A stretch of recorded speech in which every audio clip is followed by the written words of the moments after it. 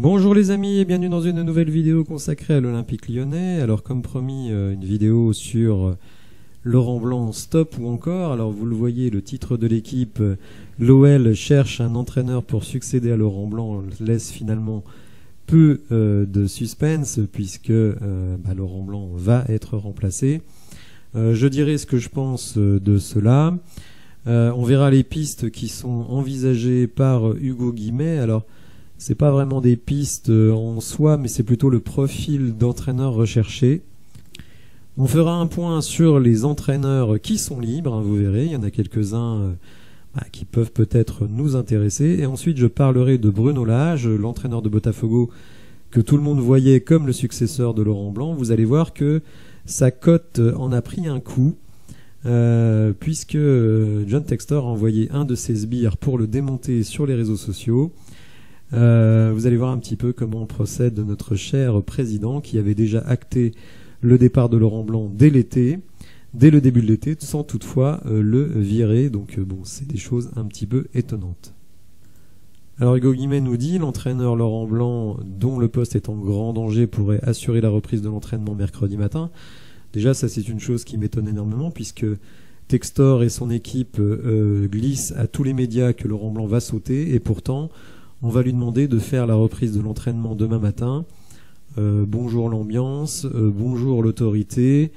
Encore une décision de management qui, selon moi, n'a absolument aucun sens. Mais son temps est compté, celui de Laurent Blanc, car ses dirigeants sont actuellement en train de sonder le marché, même s'ils ne veulent pas se précipiter. Alors Santiago Cucci, qui va devoir rapidement comprendre les codes du football, puisque dans son interview d'après-match, il a dit tout et son contraire, et notamment la sortie qu'il a faite pour le projet. Il faut un entraîneur qui entraîne. C'est un petit peu évidemment étonnant, d'autant que juste après, il nous dit qu'il ne veut pas parler de l'entraîneur. Bon, un entraîneur qui entraîne, ça veut bien dire ce que ça veut dire. Du côté de la direction de l'Olympique Lyonnais, on considère que Laurent Blanc n'est pas un entraîneur entraînant, comme on dit parfois. Donc on va lui chercher un successeur, mais je trouve que cette manière de procéder est vraiment très très particulière, puisque finalement on va lui faire reprendre les séances, alors que ce n'est pas lui qui va faire la reprise visiblement. Alors on nous dit que chez Eagle, on aurait aimé attirer Marcelo Gallardo, ce que l'Olympique de Marseille a fait en vain cet été. Visiblement, l'Argentin a fait savoir qu'il n'était pas particulièrement attiré par le projet. Alors j'aime bien quand on parle de projet de l'Olympique Lyonnais, puisque personne ne le définit.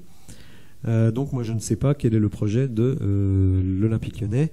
Les dirigeants y travaillent sans relâche depuis dimanche soir, et des premiers contacts pourraient d'ailleurs avoir été pris.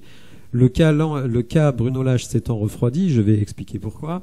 L'idée n'est plus forcément d'aller attirer un intérimaire, mais plutôt un coach moderne et de préférence francophone.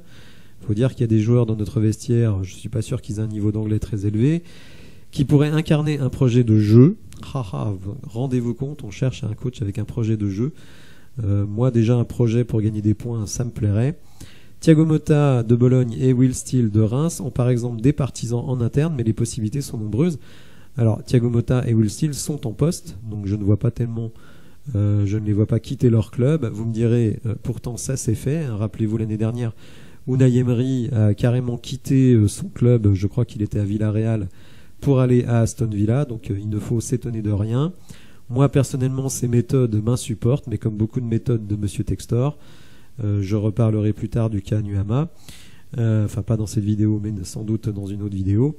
Nuama le joueur, mais il y a aussi Nuama le contrat, et là il y a beaucoup de choses à dire. Mais les possibilités sont nombreuses. Alors dans quelques instants, je vous montrerai la liste des managers qui sont libres. Et je vais vous sonder, puisque je vais faire un sondage auprès de vous sur qui verriez-vous à la place de Laurent Blanc. Alors comme je l'ai dit parfois, je ne peux mettre que 5 noms par sondage, donc je ferai 2 sondages avec 5 fois 2 noms. Donc 10 noms en tout, et vous me donnerez votre préférence. Alors Laurent Blanc n'est pas idiot, il sait très bien qu'un entraîneur qui n'a pas de résultat forcément est en danger. Et StatFoot nous indique que Laurent Blanc a pris 1,53 points par match avec l'OL sur le banc en Ligue 1, donc 49 points en 32 matchs. Plus faible moyenne parmi les entraîneurs à 30 matchs minimum avec le club lyonnais dans l'élite depuis Guy Stéphane en 96 avec 1,27. Alors, oui, effectivement, 1,53, bon, c'est une donnée objective qui n'est pas contestable, mais évidemment, dans ces 1,53, eh bien, il y a les 5 matchs qui ont précédé l'après Peter Bosz, avec une équipe en lambeaux, 2 défaites, 1 nul, 2 victoires lors de cette période, et évidemment, il y a les 4 matchs qui viennent de débuter la saison, avec 3 défaites, 1 nul, et surtout jouer avec une équipe au rabais, une équipe B, une équipe C, certains joueurs totalement démobilisés comme Tagliafico et Barcola, des joueurs non remplacés comme Barcola et comme Lukeba, un mercato qui a été finalisé le dernier jour du mercato, et le fait de rencontrer un PSG avion à réaction face à un Olympique Lyonnais déjà en lambeaux. Donc oui, on peut faire cette moyenne, ok, d'accord, mais je trouve qu'elle n'est pas très parlante. Plus globalement, sur Laurent Blanc, moi je trouve que il a vraiment été maltraité par l'Olympique Lyonnais. J'estime, mais ça c'est mon point de vue, hein, je vais vous montrer un sondage que j'ai fait sur la chaîne. Vous êtes plutôt favorable à son départ. Moi, personnellement, je lui donnerais 4 matchs supplémentaires, puisqu'on a 4 matchs avant la prochaine trêve internationale.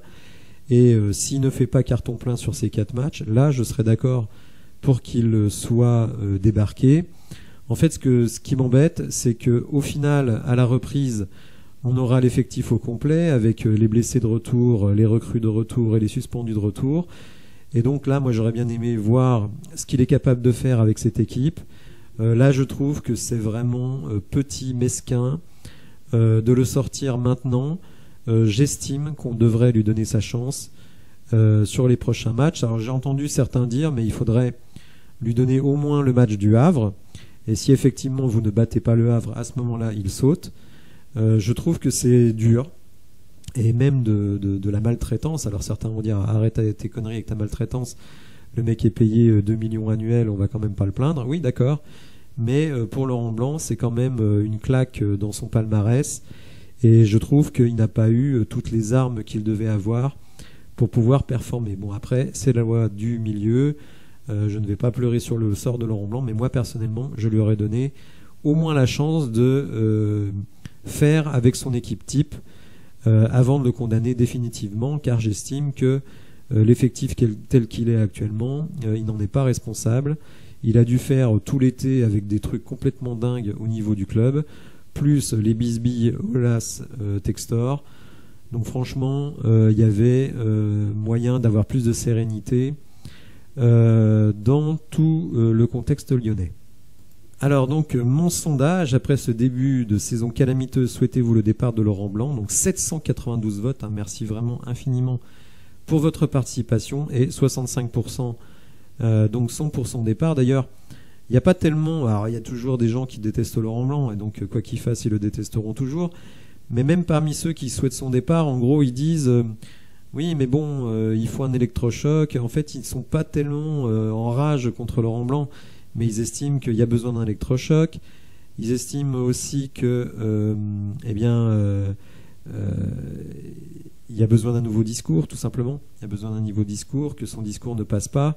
Ça ne remet pas forcément en cause sa qualité. Et puis il y en a qui disent, et bon, on peut les entendre, que même avec un effectif diminué, on devrait voir beaucoup mieux sur le terrain. C'est d'ailleurs, je pense que c'est ce qui est pensé au niveau de Eagle. C'est-à-dire qu'effectivement, l'effectif, il n'est pas génial. Il y a eu des blessés, il y a eu des joueurs pas encore arrivés.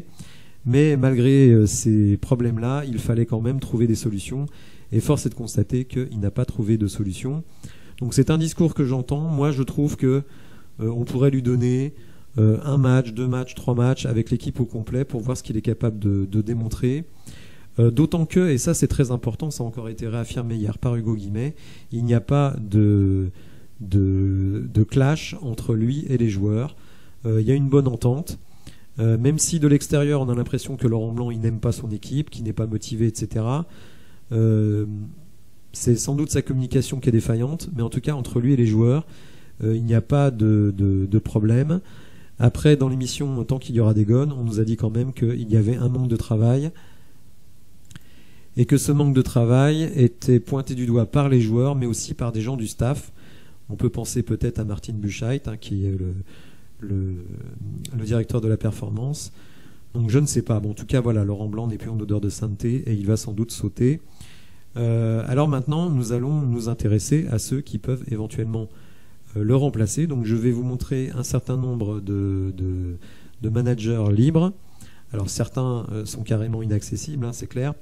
Mais d'autres sont un peu dans ce qu'on peut trouver. N'hésitez pas dans les commentaires à me donner des idées. Et ceux qui reviendront souvent, je les mettrai donc dans le sondage que je vais publier bientôt, une fois que j'aurai établi une liste de 10 noms. Alors si vous voulez vous amuser à voir les entraîneurs libres, vous allez sur Transfer Market. Et dans Transfert et rumeurs, vous avez un onglet qui ici dit Manager disponible. Donc ensuite, vous rentrez les critères. Donc j'ai mis toute nationalité, toute compétition, sans contrat depuis 2023. Et vous pouvez même mettre une limite du nombre de points pris en moyenne par cet entraîneur. Vous mettez ensuite le niveau du championnat. Donc moi j'ai mis première division. Et donc ça vous donne tous les entraîneurs qui sont disponibles. Alors j'en ai sélectionné quelques-uns. Allez voir la liste. S'il y a des gens que vous connaissez bien et dont vous estimez, là je vois j'ai pas mis Gattuso, mais bon, Gattuso c'est peut-être quelqu'un qui pourrait mettre un peu tout d'équerre dans le club. Il y a aussi Igor Tudor. Est-ce que Tudor serait une bonne solution? En tout cas pour réveiller les mecs, c'est possible aussi. Donc je vais vous parler de ceux que j'ai mis de côté, mais je suis pas fermé dans ma liste. Je la limiterai à 10 et ce sera les 10 qui ressortiront le plus souvent. Donc j'ai enlevé Gallardo puisqu'il a refusé d'ores et déjà l'Olympique Lyonnais. Alors on entend beaucoup parler de Graham Potter qui avait fait un peu sensation par sa qualité de jeu. Malheureusement il a pris Chelsea, un Chelsea qui était au fond du trou. Je crois qu'avant il entraînait Brighton. Donc c'est quelqu'un effectivement qui a de grosses grosses références en termes de qualité de jeu. Bon, c'est un Anglais, il parle pas français. On cherche plutôt quelqu'un de francophone. Vous voyez que c'est quelqu'un qui joue essentiellement avec une formation 4-2-1-3, 3-4-2-1, pardon. Donc bon, c'est quelqu'un qui quand même a des suffrages. Alors je le mentionne, mais ne venez pas vous moquer dans les commentaires. Je le mentionne parce qu'il est libre et que je pense quand même que c'est quelqu'un de très haut niveau. Donc Julian Nagelsmann, qui a été viré donc du Bayern. Bon, évidemment, il a d'autres ambitions que l'Olympique Lyonnais. Je le mentionne parce qu'il est libre. Idem pour Antonio Conte, le volcanique entraîneur italien. Lui aussi, qui a terminé à Tottenham, pardon. Alors qu'il lui aussi serait parfait pour relancer un petit peu notre équipe, on va dire, de Flambie. Mais évidemment, lui aussi aspire à bien meilleur. Il y a le cas Christophe Galtier. Alors Christophe Galtier, moi je pense que c'est un super manager, vainqueur quand même du championnat avec Lille en période Paris Saint-Germain, donc c'est quand même pas rien. Je pense que c'est quelqu'un qui a beaucoup d'autorité. Malheureusement pour lui, évidemment, ses affaires d'accusation de racisme évidemment poseraient beaucoup de problèmes, sachant quand même qu'il y a beaucoup de joueurs maghrébins et africains dans l'équipe. Donc comment serait-il perçu? Franchement, c'est délicat. Alors, il n'a pas été condamné, donc moi je ne serais pas choqué, mais je comprends qu'on puisse l'être. Je ne serais pas choqué parce que moi je pars du principe que tant qu'une personne n'est pas condamnée, on ne peut pas dire qu'elle est coupable de quoi que ce soit. Donc pour moi, Christophe Galtier, je ne serais pas choqué, mais après je comprends que c'est un dossier un peu problématique. Alors un qui plaît beaucoup, c'est l'Espagnol Julian Lopetegui, qui est parti de Wolverhampton dès avant la première journée du championnat parce qu'il était mécontent du mercato. Bon, c'est quelqu'un qui est vraiment connu pour être très pédagogue, donc avec une équipe que nous avons avec beaucoup de joueurs. Je pense que c'est quelque chose qui n'est pas dingue d'imaginer Lopetegui. Alors bon, il ne parle pas français évidemment, mais voilà, bon, avec un traducteur, on arrive quand même à faire passer ses messages. Mais je pense que c'est pas une piste folle Parce que s'il a accepté d'aller à Wolverhampton, je vois pas pourquoi il accepterait pas de venir à l'Olympique Lyonnais. Wolverhampton, c'est quand même pas en dessous de l'OL, enfin je pense. Dernier coach qui pourrait lui aussi nous intéresser, Julien Stéphan, qui a l'avantage d'être un entraîneur jeune, moderne, qui a eu de très bons résultats à Rennes, un vainqueur de la Coupe de France. La deuxième saison a été plus compliquée. 5e avec Strasbourg il y a 2 saisons. La deuxième saison a été compliquée. Peut-être a-t-il appris de ses échecs en deuxième saison, parce que les premières saisons ont été très bonnes. Il est sur le marché, évidemment il connaît très bien l'Olympique Lyonnais puisque son père a été coach à l'Olympique Lyonnais. Moi je serais plutôt favorable à cet entraîneur que j'apprécie beaucoup. Il fait pas l'unanimité, mais moi je trouve qu'il a quand même eu des résultats, même si effectivement il a eu du mal à confirmer. Donc voilà, vous connaissez mon point de vue sur Laurent Blanc. Moi je lui donnerais quand même un petit peu de crédit. Et s'il n'y arrive pas, évidemment là, il n'y aura pas le choix que de s'en séparer. Et si on change, donc je vous ai proposé quelques noms. N'hésitez pas dans les commentaires à me donner donc d'autres noms. Je prendrai les 10 noms les plus, qui reviennent le plus fréquemment. Je vous ferai un sondage donc avec deux sondages de 5 noms. Et ensuite, on fera une finale entre les deux. Bon, sauf si évidemment d'ici là, le nouveau coach a été nommé. Voilà, j'espère que vous avez apprécié la vidéo. Si c'est le cas, n'hésitez pas à liker, à vous abonner à la chaîne. Et je vous dis à bientôt pour de nouvelles infos. Merci, au revoir.